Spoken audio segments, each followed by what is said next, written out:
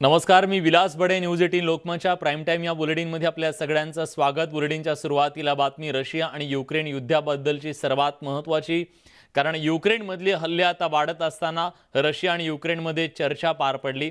असं असलं तरी रशियाची मात्र दुटप्पी भूमिका दिसते, कारण एकीकडे चर्चेची तयारी सुरू असताना दुसरीकडे रशियानं अण्वस्त्र तयार ठेवण्याचे आदेश दिले. दरम्यान 3 तासांहून जास्त वेळ ही बैठक सुरू होती. या चर्चेनंतर रशिया युक्रेनमधल्या युद्धावर तोडगा निघणार का, हे पाहणं महत्त्वाचं आहे. तिसरी महत्त्वाची बातमी, दिल्लीत युक्रेनच्या परिस्थितीवर चर्चा करण्यासाठी उच्चस्तरीय बैठक सुरू झाली आहे. पंतप्रधान नरेंद्र मोदींच्या अध्यक्षतेखाली ही बैठक होतीये. या बैठकीला 3 मंत्रालयातले मंत्री आणि अधिकारी उपस्थित आहेत.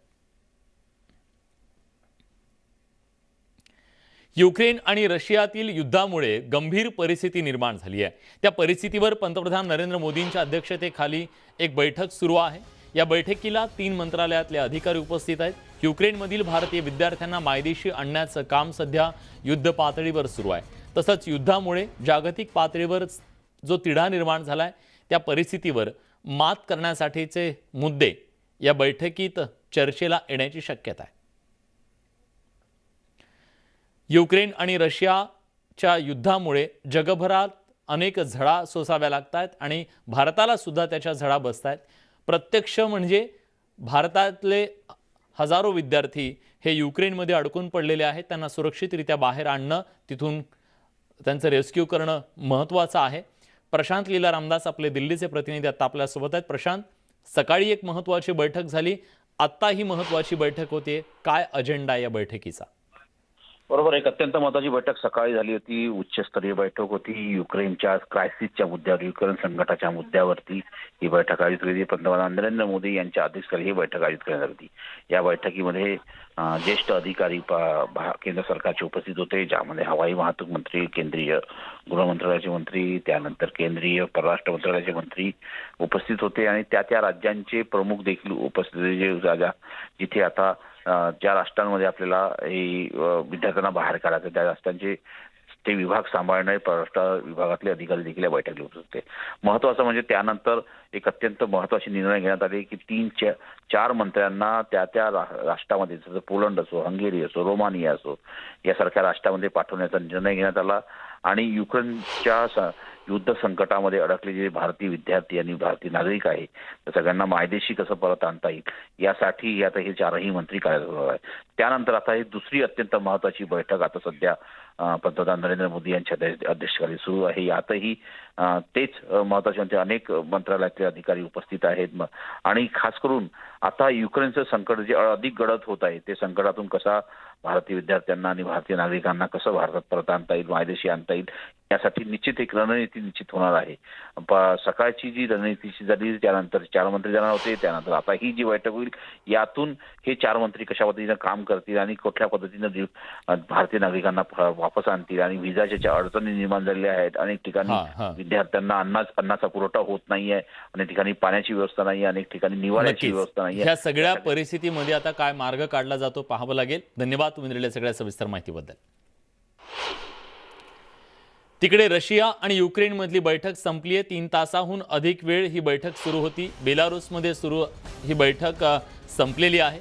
युक्रेनवरचे हल्ले वाढत असताना आता रशिया आणि युक्रेनमध्ये चर्चा पार पडली. असं असलं तरी रशियाची मात्र यात दुटप्पी भूमिका दिसतेय, कारण एकीकडे चर्चेची तयारी सुरू असताना दुसरीकडे रशियानं अण्वस्त्र तयार ठेवण्याचे आदेश दिले. दरम्यान 3 तासाहून जास्त वेळ ही बैठक सुरू होती.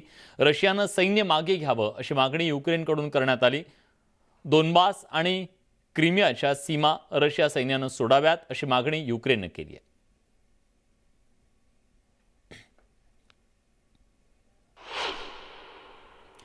संयुक्त राष्ट्र महासभेचं विशेष सत्र सुरू करण्यात आलेलं आहे आणि रशिया युक्रेन संदर्भात हे सत्र बोलावण्यात आलेलं आहे. तात्काळ शस्त्रसंधी करावी अशी सूचना संयुक्त राष्ट्र महासभेनं केलेली आहे. तात्काळ चर्चा सुरू करावी अशी मागणी सुद्धा यावेळी करण्यात आलेलं आहे. संयुक्त राष्ट्र महासभेचं हे विशेष अधिवेशन बोलवण्यात आलेलं, सत्र बोलवण्यात आलेलं आहे आणि यात रशिया युक्रेन या 2 देशांमध्ये सुरू असलेल्या युद्धाच्या पार्श्वभूमीवर गंभीर अशी चिंता व्यक्त केलेली आहे. त्यामुळे संयुक्त राष्ट्रच्या या पुढाकाराच्या नंतर किंवा त्यांनी दिलेल्या इशाऱ्याच्या नंतर हे युद्ध थांबतं का हे पाहणं महत्त्वाचं आहे. रशिया आणि युक्रेनमध्ये युद्धादरम्यान शेजारी राष्ट्र असलेल्या बेलारूसनं मोठा निर्णय घेतलाय. बेलारूसनं घटनात्मक सार्वमत घेऊन आपला अण्वस्त्र नसलेला दर्जा रद्द केलाय. त्यामुळे आता रशियाचा मार्ग मोकळा झालाय. रशिया आपली अण्वस्त्र बेलारूसमध्ये आणू शकणार आहे. आता रशिया बेलारूसमध्ये अण्वस्त्र तैनात करू शकणार आहे. त्यामुळे युक्रेनवरचा दबाव वाढलाय. या पार्श्वभूमीवर रशियाकडून न्यूक्लिअर डेटरंट फोर्सला तयार राहण्याचा सूचना देण्यात आल्या.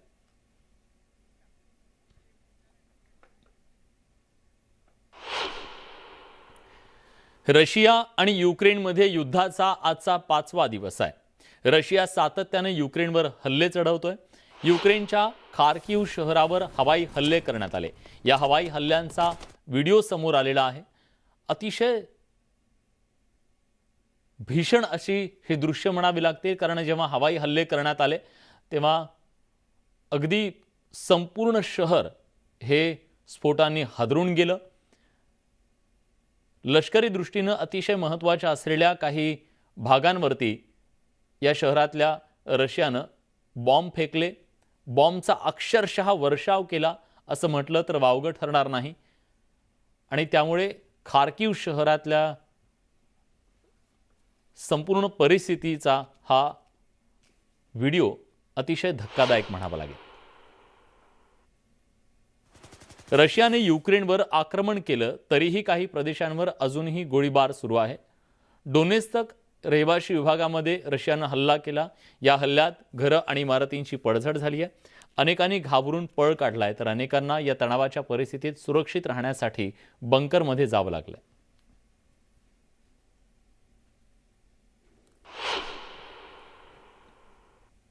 युक्रेनच्या आपत्कालीन मंत्रालयानं युक्रेनमधली नुकसान झालेल्या इमारतीचा व्हिडिओ प्रसिद्ध केलाय.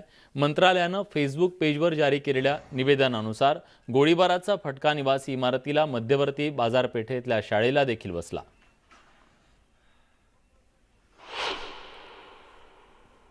युक्रेनमधील युद्धाची दाहकता दाखवणारा आणखी एक व्हिडिओ समोर आलाय. एका घराच्या नजीक बॉम्ब हल्ला झाला. या बॉम्ब हल्ल्याची संपूर्ण घटना सीसीटीव्हीत कैद झाली आहे.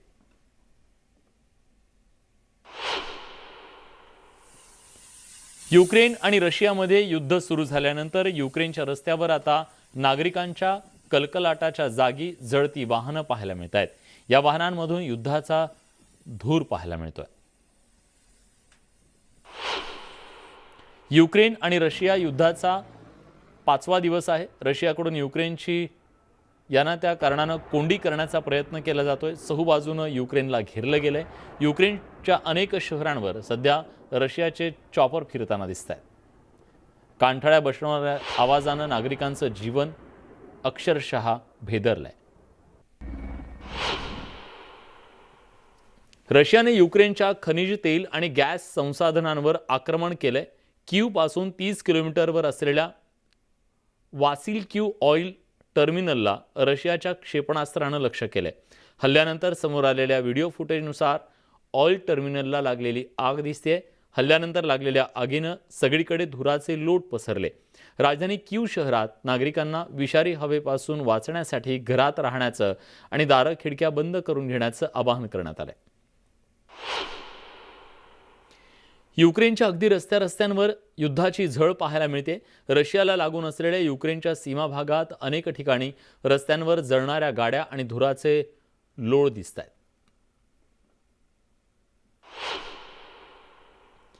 युक्रेनच्या सैनिक आणि एका मुलीचा व्हिडिओ सध्या जोरदार व्हायरल होतोय.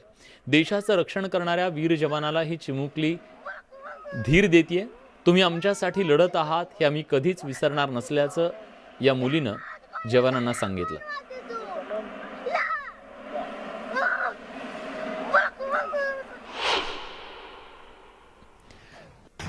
रशियाला युक्रेनकडून जशास तसं उत्तर दिलं जात आहे. रशियाचे टँक युक्रेननं धुळीस मिळवले. युक्रेनवर 2 दिवसात ताबा मिळवू असं रशियाचे इरादे होते. मात्र युक्रेननं रशियाला चांगलाच प्रतिकार केलाय, तडाखा दिलाय.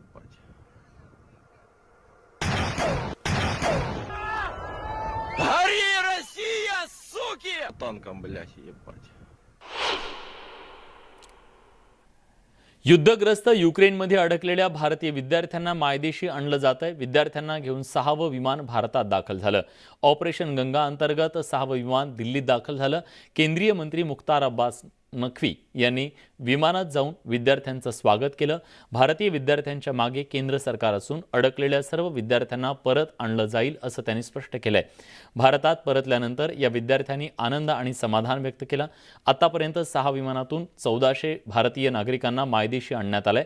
यातल्या 4 विमानं रोमानियाहून तर 2 विमानं हंगेरीतून भारतात आली आहेत. दरम्यान आतापर्यंत 8,000 भारतीयांनी युक्रेन सोडल्याची माहिती परराष्ट्र मंत्रालयाने दिली आहे. फर्स्ट ऑफ ऑल मैं बहुत बहुत बहुत थैंक यू कहना चाहूँगी कि हमें इतनी जल्दी ऐसी सिचुएशन से निकाला गया। और बस मैं रिक्वेस्ट करना चाहूँगी जो बच्चे एक्चुअल बहुत गलत सिचुएशन में वहाँ फंसे हुए हैं उनको जल्दी से जल्दी निकाला जाए। कीव खार्किव जैसी बहुत मतलब अभी वहाँ पे बहुत कुछ सीरियस चल रहा है, बस वहाँ से बच्चों को निकाला जाए। I am very glad to here और मेरे पेरेंट्स भी बहुत रिलीफ है और मैं भी बहुत ज़्यादा रिलीफ हूँ कि इतने क्रिटिकल सिचुएशन से बाहर आए और अब हमें अच्छा लग रहा है और हम बहुत थैंक्स कहना चाहते हैं। पहले तो हम लोग का यूनिवर्सिटी जो हॉस्टल है, हॉस्टल से हम लोग हंगरी बॉर्डर तक आए, तो वहाँ से बात चेंज हुआ हम लोग का एयरपोर्ट तक, जो कि बुडापेस्ट एयरपोर्ट है। एयरपोर्ट पहुँचते ही हम लोग का लिए जो एयर इंडिया फ्लाइट है वहाँ पे वेट कर रहे थे, तो वहाँ से हम लोग यहाँ पहुँचे। I want to say thanks to our prime minister, our embassy of India and also to all the officials that arranged all these flights and everything, and experience was very good. हम जो place में थे उस road वहाँ पे तो ऐसे कुछ था नहीं bomb blast वाला सीन, लेकिन वी डोंट नो ना कब क्या कुछ हो जाए, बट स्टिल इंडियन एम्बेसी ने, जो यूक्रेन एम्बेसी ने, यूक्रेन के जो थे हमारे सर्स, उन्होंने काफ़ी हेल्प की और they have been provided us very good food. बहुत अच्छा खाना था फ्लाइट में भी और जर्नी में भी बहुत अच्छा था। दूतावासातील जास्तीत जास्त फोन कॉल्सला उत्तर देण्याचा प्रयत्न करतोय. विद्यार्थी आम्हाला सोशल मीडियाच्या माध्यमातून संपर्क साधू शकतात असं स्पष्ट करण्यात आलंय. मैं आपको कहना चाहता हूं, आश्वासन भी देना चाहता हूं जो फोन कर रहे हैं कि हम लोग बढ़ा रहे हैं हमारी कैपेसिटी कंट्रोल रूम्स की। आप बेफिक्र रहिए कि लोग वहां पे 24/7 आंसर करने की कोशिश कर रहे हैं। हमारी एम्बेसी अपने ही कॉन्फ्लिक्ट जोन में है पर तब भी रिस्पॉन्ड कर रहे हैं। बट लोग जो फोन करते हैं, आपने ठीक ही कहा, उनको थोड़ा पैनिक होता है कि हमारे साथ नहीं है, इसीलिए हमने व्हाट्सएप चैनल्स भी ओपन किए हैं, ईमेल्स भी ओपन किए हैं और अभी ट्विटर का भी किया है। और जो हमें कांटेक्ट कर रहा है, हम किसी तरह से उनको एटलीस्ट कॉल बैक या मैसेज कर रहे हैं कि आप रहे वहां, पैनिक मत करें, हम जितना कर सकते हैं हम करेंगे, जितनी जल्दी हो सके आपको निकालने की कोशिश करेंगे। या संपूर्ण युद्धभूमीवर अडकलेला पण आता मालदोवपर्यंत पोहोचलेला विद्यार्थी संकेत पाठक आता आपल्या सोबत आहेत. संकेत, आता तुम्ही कसे आहात? तुम्ही कुठून निघाला होता आणि कुठे पोहोचलेला आहात? सर, सध्या मी मॉल्दोवा येथे आहे आणि सध्या इकडे मी सुरक्षित आहे पूर्णपणे. आणि मी काल सकाळी ओडेसा येथून निघालेलो होतो, बरं, साऊथ पार्ट ऑफ युक्रेन मधून, आणि तिकडून आम्ही मॉल्दोवाच्या बॉर्डरवर आलो. मालदोवाची बॉर्डर आम्ही क्रॉस केली. मालदोवाचा व्हिसा आम्हाला मिळालेला आहे सध्या, आणि सध्या आम्ही मॉल्दोवामध्ये कॅपिटल सिटी मध्ये आहे. बरं, तुम्ही जेव्हा निघाला तेव्हा तिथे काय परिस्थिती होती आणि कसे पोहोचला? तुम्हाला कोणी तिथे मदत केली? तुमच्या मदतीसाठी कोणी धावून आलं? सर, जेव्हा आम्ही निघण्याच्या बरेच दिवस, 2-3 दिवस आधीपासून आम्हाला बॉम्बिंगचे आवाज येत होते, त्यामुळे आम्ही कंटिन्युअसली बंकर्स मध्ये बऱ्याच वेळी आम्हाला राहावं लागलं. आणि आमच्याकडे रेशन वगैरे पण सर्व आमचं संपून जात होतं, आणि एटीएम्स वगैरे, बँक्स वगैरे बंद असल्यामुळे आमच्याकडे कॅशची पण प्रॉब्लेम होती. आणि त्यामुळे मग आम्हाला असं वाटलं की आता युक्रेन मधून बाहेर पडणं जास्त इझी राहील. बरं. आणि मग त्यावेळी आम्ही एम्बेसीशी कॉन्टॅक्ट करण्याचा प्रयत्न केला, पण एम्बेसी कडून काय आम्हाला उत्तर मिळालं नाही. त्यामुळे मग आम्ही स्वतःच सर्व विद्यार्थ्यांनी मिळून एक बस अरेंज केली प्रायव्हेट. बरं. आणि त्या बसवर आम्ही भारताचा झेंडा लावला. जसं की सांगण्यात आलं होतं, भारताचा झेंडा लावल्यानंतर कुठलाही सैनिक त्या गाडीवर हल्ला करणार नाही, त्यासाठी त्यामुळे मग आम्ही ही बस घेऊन मॉल्दोवा पर्यंत पोहोचलो. बरं. आणि बॉर्डर क्रॉस केल्यानंतर आम्हाला इथले लोकल जे इंडियन्स आहेत मोल्दोवाचे, हा हा. त्यांनी आम्हाला संपूर्ण हेल्प केली. बरं. त्यांनी फ्री ऑफ कॉस्ट आम्हाला राहण्याची सोय वगैरे सगळी करून दिली. तुम्ही किती जण आहात आता आणि सगळेजण सुखरूप आहेत का? सर आम्ही सध्या सर्वजण सुखरूप आहोत. माझ्या बसमध्ये आम्ही एकूण 45 जण आलो होतो हा. आणि आमच्यासारख्याच आमच्या मागे अजून 3 बसेस आल्या होत्या. बरं. तर सध्या तरी आम्ही मोल्दोवामध्ये जवळपास 150 ते 200च्या संख्येमध्ये आहोत. तिथल्या भारतीय भारतीय दूतावासासोबत तुमचा काही संपर्क झालाय? तुम्हाला परत भारतात आणण्यासाठी काही प्रयत्न होत आहेत? तुमच्यापर्यंत मदत पोहोचली आहे? सर आजच एक रोमेनियाच्या एम्बॅसी कडून ट्विट करण्यात आलंय की जे पण भारतीय मोल्दोवामध्ये आहेत त्यांनी रोमेनिया साईडच्या बॉर्डरवर येऊ नये, त्यांनी मोल्दोवामध्येच राहावं. इंडियन गव्हर्नमेंट मोल्दोवातून एव्हॅक्युएशनचा प्लॅन करत आहे हा. आणि लवकरात लवकर 1 ते 2 दिवसामध्ये आम्हाला इथून भारतात परत आणले जाईल असं त्यांनी आम्हाला कळवलं. तर बरं. आम्ही त्यांच्याच पुढच्या ऍडवायझरीची वाट बघत आहोत. बरं. आता तुमच्याकडे अन्न, पैसे, निवाऱ्याची सोय हे सगळं आहे? हो सर, आम्हाला मोल्दोवामध्ये सर्व काही फ्रीमध्ये मिळत आहे. आम्हाला 1 रुपया सुद्धा खर्चाची गरज पडलेली नाही बर आता. बर. इथले जे लोकल सिटीजन्स आहेत आणि जे भारतीय विद्यार्थी इथल्या मेडिकल युनिव्हर्सिटीमध्ये शिकतात, त्यांनी त्यांच्या स्वतःच्या हॉस्टेलमध्ये आम्हाला राहायला जागा दिलेली आहे. त्यामुळे आम्हाला कसलाही खर्च सध्या घ्यावा लागत नाही. खरं तर युद्ध म्हणजे मृत्यूच्या छायेत राहण्यासारखं असतं. युद्धभूमीवरून तुम्ही परतलेले आहात. गेल्या काही दिवसात म्हणजे 5 दिवसापासून हे युद्ध सुरू झालेलं आहे. काय तुम्ही अनुभवलेलं आहे या सगळ्या 5 दिवसाच्या काळामध्ये? सर आम्हाला रोज कंटिन्युअसली बॉम्बचे, शेलिंगचे आवाज येत होते. एअर डिफेन्स सिस्टमचे आवाज येत होते. ड्रोन्सला ते लोक युक्रेनियन आर्मी डिफेंड करत होती आणि सायरन्स वगैरे वाजत होते पूर्ण सिटीमध्ये. आम्हाला सांगण्यात आलं होतं लोकल अथॉरिटीज कडून की जेव्हा सायरन वाजेल तुम्हाला लवकरात लवकर बॉम्ब शेल्टर्स मध्ये जावं लागेल. तर आम्ही त्याचं पालन करत होतो आणि रात्रीच्या वेळी जास्त शेलिंग होत होती. दिवसा आम्हाला तेवढी भीती वाटत नव्हती, पण रात्रीच्या वेळी खूप जास्त हेवी शेलिंग होत असल्यामुळे रात्री आम्ही बरेच वेळ बंकर मध्ये जाऊन राहत होतो. सध्या तिथलं तापमान खूप कमी आहे, म्हणजे मायनस पर्यंत तापमान तिथलं जात असतं. मग अशा वेळी तुम्ही हा सगळा प्रवास कसा केला? थंडीपासून कसे वाचलात? सर थंडीची एक तर आम्ही इकडे 5 वर्षापासून राहतो म्हणून आम्हाला एक आयडिया आहे की कसं कुठले कपडे वगैरे सोबत घ्यायचे आणि त्यामुळे ते एक आमच्याकडे आयडिया होती आम्हाला पूर्ण. बरं. आणि प्लस आम्ही प्रायव्हेट व्हेकल्स अरेंज केले होते, तर त्यामुळे आम्हाला थंडीचा तसा सामना करावा नाही लागला. पण जेव्हा आम्ही मोल्दोवा बॉर्डरवर पोहोचलो तेव्हा तिकडे आम्हाला 5 ते 6 तास लागले बॉर्डर क्रॉस करायला. त्यावेळी मात्र भरपूर थंडी होती, पण तेवढं आम्हाला सहन करावं लागलं कारण आम्हाला लवकरात लवकर युक्रेनच्या बाहेर पडायला पाहिजे होतं. आणि जेव्हा आम्ही बॉर्डर क्रॉस केली तेव्हा मोल्दोवियन लोकांनी आम्हाला कपडे, जॅकेट्स, ब्लँकेट्स वगैरे सर्व प्रोव्हाइड केले पुन्हा. नक्कीच, खरंच त्यांचं कौतुक आणि थँक्स म्हणायला हवं त्यांना. पण मला सांगा, जेव्हा तुम्ही त्या बॉम्बिंगच्या सगळ्या परिस्थितीतून बाहेर पडत होतात, ती सीमा जेव्हा मोल्दोची तुम्हाला दिसली असेल तेव्हा जीव भांड्यात पडला? हो सर, एक खूप आम्हाला चांगलं वाटलं की आणि कुठे ना कुठे वाईटही वाटलं कारण आम्ही बऱ्याच अशा युक्रेनियन लोकल लोकांना पाहिलं जे स्वतःचा मायदेश सोडून दुसऱ्या देशात जात असल्यामुळे खूप रडत होते. त्यांच्यासाठी वाईट वाटलं, पण कुठे ना कुठे स्वतःसाठी पण मनाला एक शांती वाटली की सध्या आम्ही एक युद्धभूमीतून एक सेफ झोन मध्ये जात आहोत आणि आमच्या पॅरेंट्सला वगैरे आमच्या फॅमिलीजला पण थोडासा रिलीफ मिळाला. बरं. तुमच्या सगळ्या मुलांच्या फॅमिलीचे संपर्क झालेले आहेत? त्यांना सांगितलंय तुम्ही सुरक्षित आहात म्हणून? हो सर, संपर्क आमचा कंटिन्युअसली चालूच आहे. आम्हाला इकडे कनेक्टिव्हिटी चांगली आहे इंटरनेटची. इथल्या लोकांनी आम्हाला सगळं प्रोव्हाइड केलेलं आहे, त्यामुळे पॅरेंट्स सोबत आम्ही नेहमी कॉन्टॅक्ट मध्ये आहोत. बर, नक्की तुम्ही सुरक्षितपणे भारतात परत या. आम्ही तुमची वाट पाहतोय आणि कुठलीही अडचण आली, काही अडचण आली तरी आमच्याशी संपर्क करा. आम्ही पुन्हा तुमच्यापर्यंत मदत पोहोचून देण्यासाठी नक्की प्रयत्न करू. धन्यवाद संकेत, तुम्ही आमच्याशी सविस्तरपणे बोललात त्याबद्दल. रशियाने युक्रेनवर हल्ला केल्यानंतर रशियाची आर्थिक कोंडी करण्याचा प्रयत्न युरोपातल्या अनेक देशांकडून केला गेलाय. त्याचप्रमाणे अनेक देशांनी आपली हवाई हद्द रशियन विमानांसाठी आता बंद केली आहे.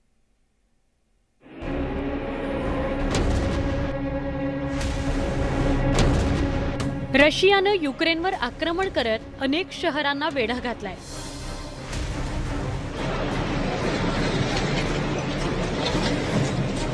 युक्रेनच्या फौजाही रशियाचा जोरदार प्रतिकार करतायत.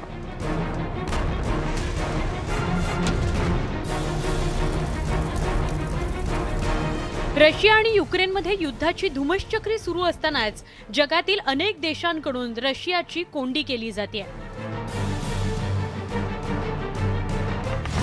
निवडक रशियन बँका स्विफ्ट मधून हद्दपार करण्यात आल्या आहेत. विविध देशांमध्ये पैशाचा सहज आणि वेगवान विनिमय करण्यासाठीची जागतिक वित्तीय वाहिनी म्हणून स्विफ्ट कार्यरत आहे. त्याचप्रमाणे रशियाच्या बँकांवर प्रतिबंधात्मक निर्बंध लादण्याचा विचार केला जातोय. रशियाची आर्थिक नाकेबंदी करण्याचा प्रयत्न होतोय. युरोपातील अनेक देशांनी रशियाच्या विमानांना हवाई बंदी केली आहे. त्यातच युक्रेननं आंतरराष्ट्रीय न्यायालयातही रशियाला खेचलंय. रशियाला युद्ध थांबवावं अशी विनंती जगभरातील देशांनी करावी अशी मागणी युक्रेनकडून केली जाते. युक्रेनला जर्मनीही रणगाडा विरोधी शस्त्र पुरवणार आहे. अनेक युरोपियन देशांकडून युक्रेनला मदतीचा हात पुढे केला जातोय.